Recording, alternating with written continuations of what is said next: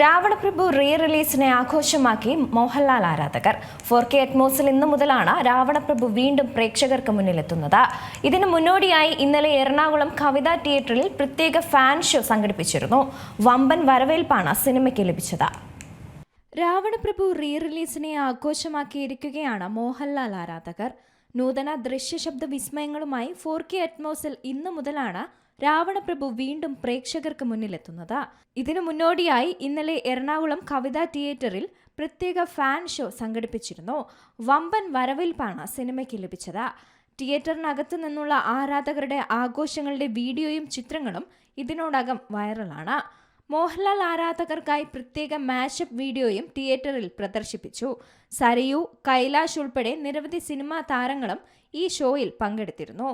1000-ന് മേലെ സീറ്റുള്ള തിയേറ്റർ നിറഞ്ഞ സദസ്സിലാണ് ഇന്നലെ പ്രദർശനം ആരംഭിച്ചത്. ഇന്ന് രാവിലെ 7:30 മുതലാണ് രാവണപ്രഭുവിന്റെ ഷോകൾ എല്ലായിടത്തും ആരംഭിച്ചത്. മികച്ച അഡ്വാൻസ് ബുക്കിംഗ് ആയിരുന്നു സിനിമയ്ക്ക് ലഭിച്ചത്. ബുക്കിംഗ് ആരംഭിച്ച ആദ്യ മണിക്കൂറിൽ തന്നെ ചിത്രം ബുക്ക് മൈ ഷോയിൽ ട്രെൻഡായി. ആദ്യ ദിനം സിനിമയ്ക്ക് വലിയ കളക്ഷൻ തന്നെ നേടാൻ സാധിക്കുമെന്ന് തന്നെയാണ് പ്രതീക്ഷിക്കുന്നത്. രഞ്ജിത്ത് തിരക്കഥ രചിച്ച് സംവിധാനം ചെയ്ത ഈ ചിത്രത്തിലെ ജനപ്രിയരായ മംഗലശ്ശേരി നീലകണ്ഠനും കാർത്തികേയനും മുണ്ടക്കൽ ശേഖരനുമൊക്കെ പ്രേക്ഷകരുടെ എക്കാലത്തെയും ജനപ്രിയ കഥാപാത്രങ്ങളാണ്. ആശീർവാദ് സിനിമാസിന്റെ ബാനറിൽ ആന്റണി പെരുമ്പാവൂർ നിർമ്മിച്ച ഈ ചിത്രം 4K അറ്റ്മോസിൽ എത്തിക്കുന്ന മാറ്റിനി നൗ എന്ന കമ്പനിയാണ്.